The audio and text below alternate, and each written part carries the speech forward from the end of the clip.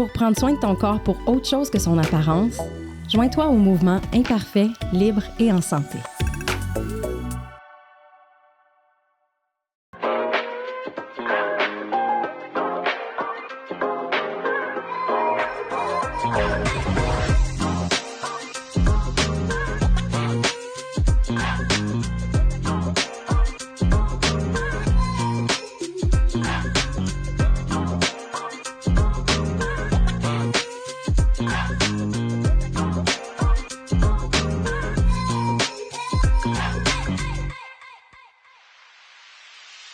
Bienvenue à tous!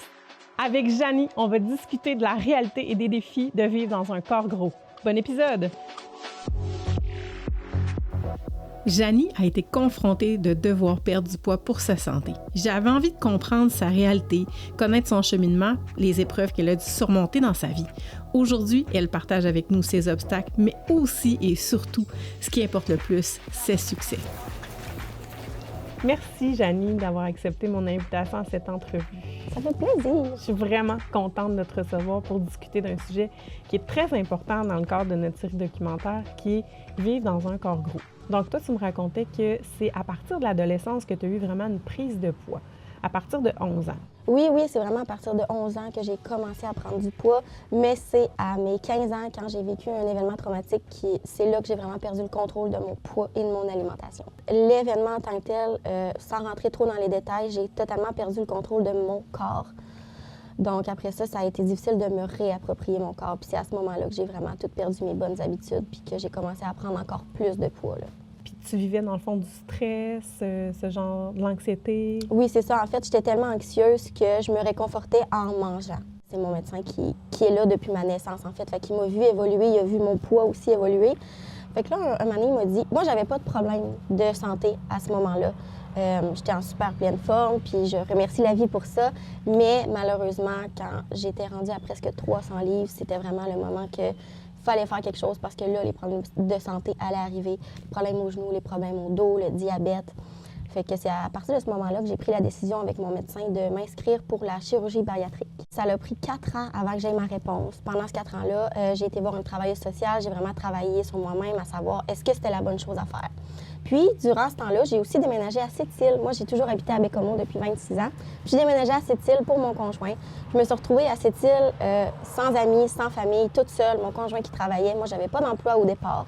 Donc, j'étais vraiment toute seule dans ma tête.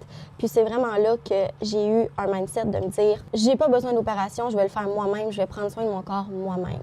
Donc, c'est à ce moment-là que j'ai reçu, en plus, la lettre qui me disait que j'étais acceptée. Je m'en souviendrai toujours, j'étais en avant de la poubelle, j'ai regardé mon conjoint, je l'ai déchiré, puis j'ai dit, sais-tu quoi, je vais le faire tout seul.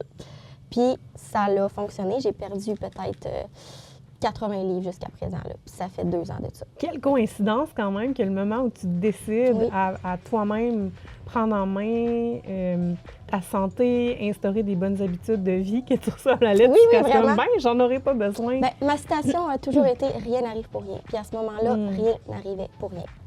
Tu étais vraiment à la croisée des chemins, en plus, dans les choix. Là, c'est là, la chirurgie, où je décide de le faire moi-même.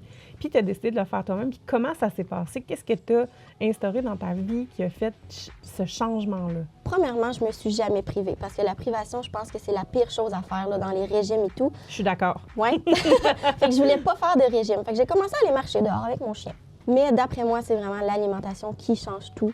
En fait, comme je dis, je me suis jamais privée. Si j'ai envie de manger une boîte de chocolat, je vais manger la boîte de chocolat. Si j'ai envie de manger des chips, je vais les manger. Mais souvent, je trouve des alternatives. Tu sais, le soir, en arrivant chez nous, en écoutant mes séries, à la place de manger des bonbons, mais je vais manger des raisins. Fait que moi, je le vois pas, c'est sucré, puis ça passe. Fait que c'est vraiment se trouver des alternatives sans jamais se priver. Dans le fond, tu as varié ton alimentation, puis ça a bien fait pour toi. Oui, c'est ça. Ça veut pas dire que ça peut faire pour n'importe qui, mais ma façon a été celle-là, puis ça a fonctionné pour moi, là, tu sais.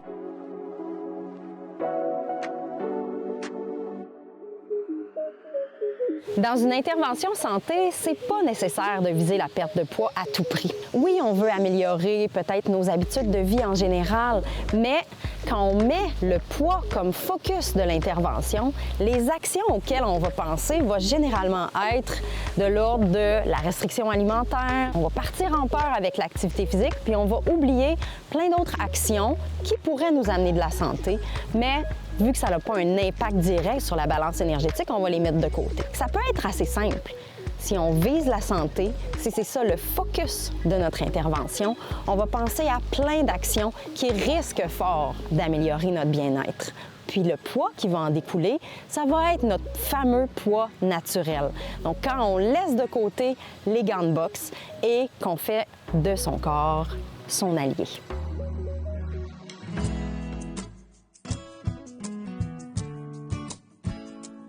Le fait que tu as déménagé à Sept-Îles, est-ce que ça a créé autre chose au niveau émotionnel, mindset? Parce que c'est pas facile, là, changer des habitudes de vie, là. Je veux dire, tu sais, il y a tellement de gens qui voudraient justement mettre des saines habitudes de vie, commencer à perdre du poids, mieux manger, bouger, puis tout. Je veux dire, ça prend quand même une volonté de faire, là, pour décider de faire ça. La réponse est simple, c'est moi-même, en fait. Je me suis mis dans un mindset moi-même. Tu sais, on sait que le psychologique est vraiment, vraiment fort. Très fort.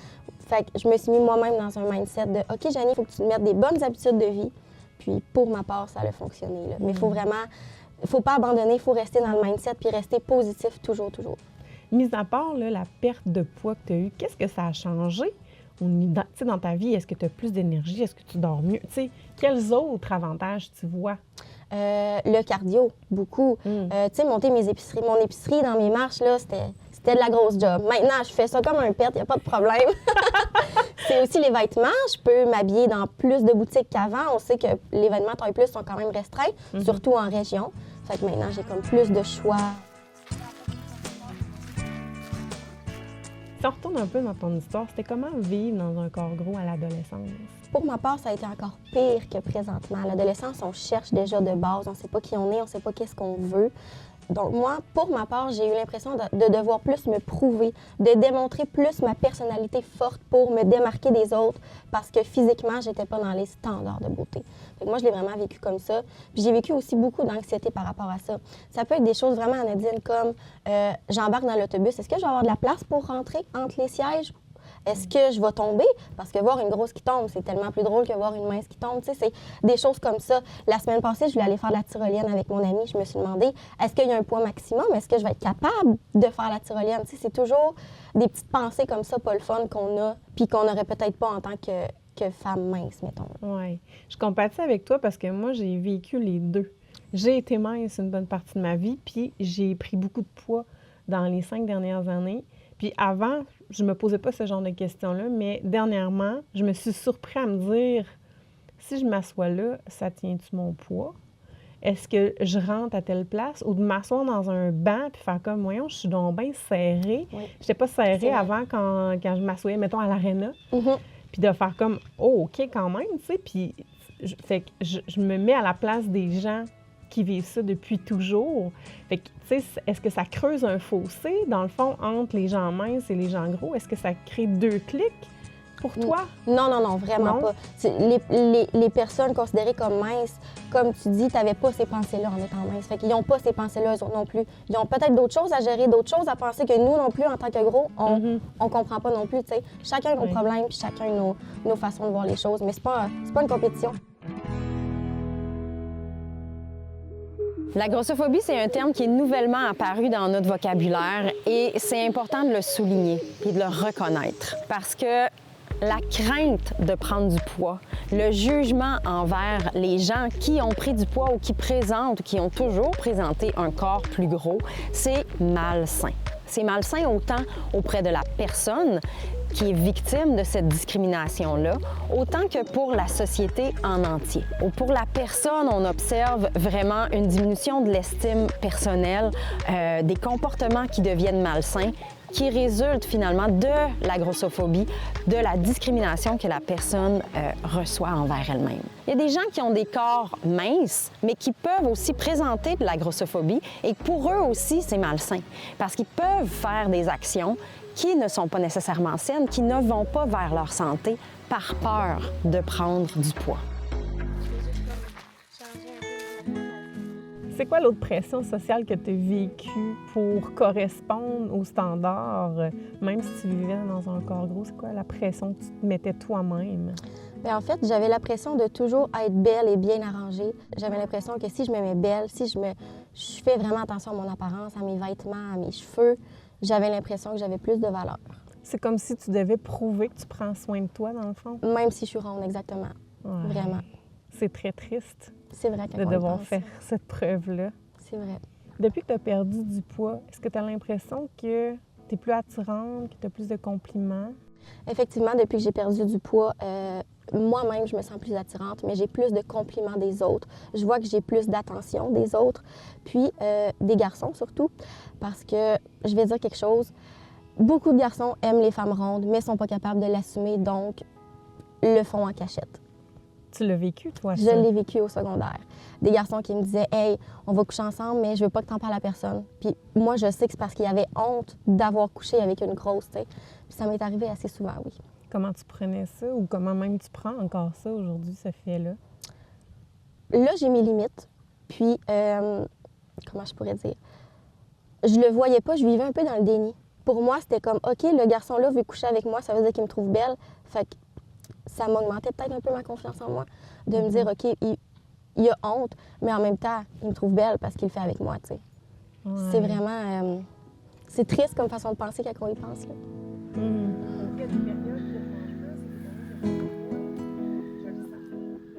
Ton conjoint aujourd'hui? Mais mon conjoint aujourd'hui, lui, m'apprécie comme je suis. Ce qu'il m'a dit, puis je trouve ça vraiment beau, il m'a dit quand j'ai appris à te connaître, j'ai même pas vu le fait que tu étais grosse parce que ta personnalité a passé en premier. Puis c'est exactement ça, oui, vraiment. On en veut plus des On hommes en comme veut ça. plus des hommes, tous les hommes, oui. Tellement. Oui. Puis, tu sais, tu as parlé tantôt de confiance en soi, puis j'aimerais ça savoir comment, au fil des années, tu as réussi à bâtir ta confiance en toi, puis ta confiance en ton corps aussi, hein, parce que, tu sais, les deux sont quand même importants. Oui. Pour ma part, c'est d'arrêter la comparaison. C'est juste sur les médias sociaux, de se désabonner aux pages qui nous correspondent moins, qui nous rendent jalouses peut-être. Fait que je m'abonnais à des personnes qui étaient grosses, je m'abonnais à des choses drôles, tu sais. Donc, mon feed d'Instagram était différent, donc j'avais moins la tendance à me comparer aux autres. C'est tellement important, parce que si la comparaison n'était pas là, au final, on serait toutes valides. C'est ça, exactement. On serait toutes beaux, on serait toutes OK. Oui. C'est vraiment un bon conseil. Oui. Puis le mieux de faire, c'est de s'abonner aux personnes qui sont comme toi. Ça va augmenter ta confiance, puis tu vas voir qu'il y en a tellement plein des belles femmes rondes, puis que on est belles, les femmes rondes, tu sais. Oui, exactement. Puis, tu sais, justement, quand on en a jasé il y a quelques semaines, tu me disais qu'il y a quelque chose qui t'avait comme profondément choqué quand quelqu'un disait, dans le fond, que tu avais un beau visage. Oui, on m'a souvent dit ça. « Hey, Janie, t'as vraiment un beau visage. » OK, mais j'ai pas un beau corps. C'est pas parce que mon corps est gros qu'il peut pas être beau ou t'es belle pour une grosse, tu sais. Je peux pas être considérée comme une femme normale. Je peux pas être une belle femme. Il faut que je sois une belle femme grosse, tu sais. Sans le savoir, peut-être que ces gens-là ne se rendent pas compte à quel point il y a quand même de la méchanceté dans ça. Oui, c'est gentil, là. La plupart du temps, c'est vraiment gentil. Ouais. Hey, Janie, t'es vraiment belle, t'as vraiment un beau visage. Ils pensent faire un compliment, mais c'est pas... Tu sais, c'est un petit cadeau empoisonné comme compliment, là. C'est ça. Vraiment. Janie, merci d'avoir participé à cette entrevue-là avec moi. Ça fait tellement plaisir. Je pense que ça va résonner avec beaucoup de gens, tout ce que tu as apporté comme expérience, comme conseil, puis comme partage de vie. Bien, j'espère vraiment que j'ai touché les gens, puis que toutes les femmes rondes de ce monde se regardent dans le miroir puis se trouvent belles parce qu'on est belles. On l'espère. Oui.